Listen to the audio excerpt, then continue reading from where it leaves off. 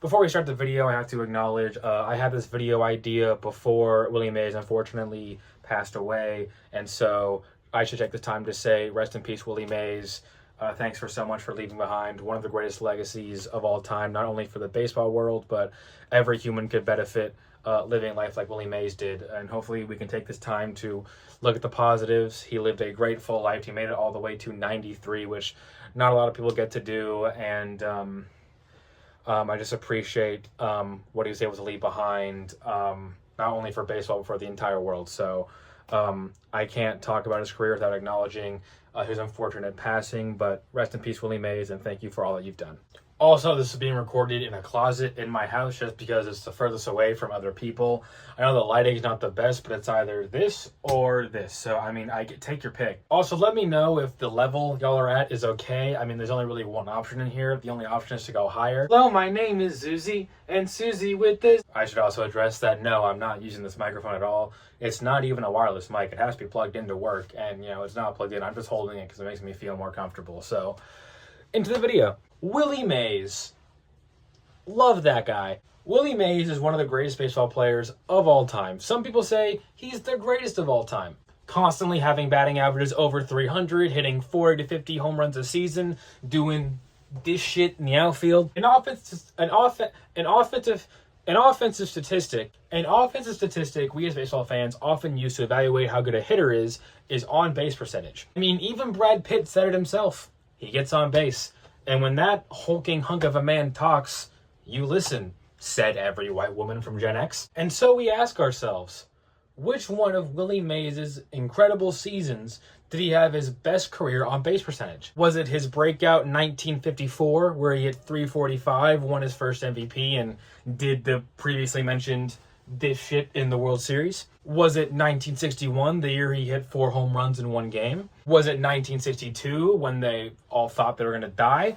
Was it 1965, where he won his second MVP and hit 52 home runs? Well, what if I told you it was none of those? In fact, it was none of his seasons throughout his rookie year through his entire prime. The answer is, the year he had his best career on base percentage was 1971, when he was 40 years old. Do you want to guess what that on base percentage was? It was 425. His second best was 419, which was in 1958, where he hit 347 and had an OPS plus of 165 and came in second in MVP voting. So I'm like, that's weird. So you take another look at that 1971 season and you see he also walked 112 times, which led the National League. May I remind you, this was in 1971. He was 40 years old. This was his last full season with the Giants before he was traded in May of the next year to become the biggest poster child for guys I bet you didn't know who played for this team. This was his third to last year in Major League Baseball. So please enjoy this fun skit on Willie Mays' skill set throughout these seasons. 1951 to 1970. Home run. Single. Stolen base. 1971. To all my visual learners, really hope that one helped you guys. Now it's time for the why. Why did this happen? So the first thing I want to look at is number of intentional walks, where hitters don't pitch to hitters, so that'd be pitchers. Were pitchers more scared of 40-year-old Willie Mays? A quick look at Baseball Reference does show that he intentionally walked 11 times in 1971, which was right in the middle of the pack for his career.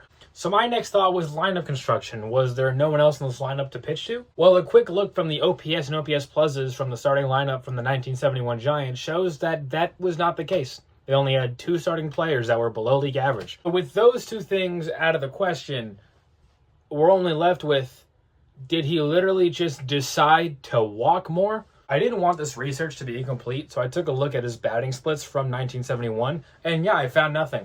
This dude pretty much walked the exact same amount of times in the first half versus the second half. He pretty much walked the same during every month, and he pretty much walked the same amount of times during different types of pitchers. Except, I found one difference. Me when I throw, I forgot to record the part where I said what the difference I found was. I just went into what conclusions we can draw from it.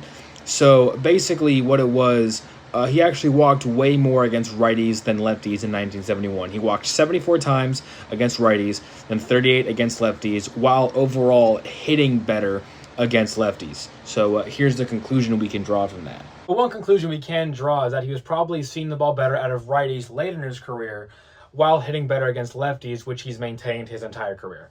Baseball Reference is great for a lot of things, but I like finding quirky things like this during a Hall of Fame player's career. To even show how more out of nowhere this is, here's his on-base percentages from 1966 to 1970.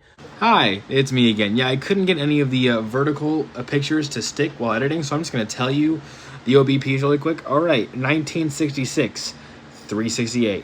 1967, 334. 1968, 372. 1969, 362. 1970, 390. And then 1971, out of nowhere, 425. Leads the National League. I don't know why I'm just slapping my pants. I mean, I don't think I'm dusty. But anyways, I hope you guys had fun looking at this really quirky season from one of the greatest of all time. I hope we learned something today. I don't know how many of you guys knew about this insane outlier OBP season from Willie Mays, but I hope we had fun. Rest in peace, Willie Mays, one more time. Thank you for leaving behind such a great baseball legacy. Thank you guys so much for watching. If you guys enjoyed, maybe like and subscribe. I'm not your father. I can't tell you what to do. But I'll see you guys in the next video.